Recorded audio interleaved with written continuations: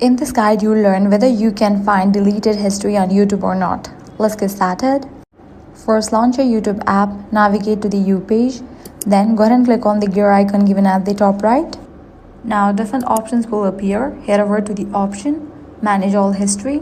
YouTube will redirect you to your Google activity page where you can view your YouTube watch history, search history, and other activity associated with your Google account. Here you'll be able to see your videos and searches that are still saved to your account.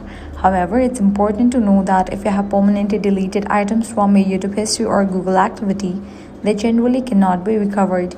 You can also browse your existing activity, filter results by date, and manage what gets saved in the future. But deleted history is typically gone for good. So if you're trying to find deleted YouTube history, the reality is that YouTube does not provide a way to restore history that has already been permanently removed.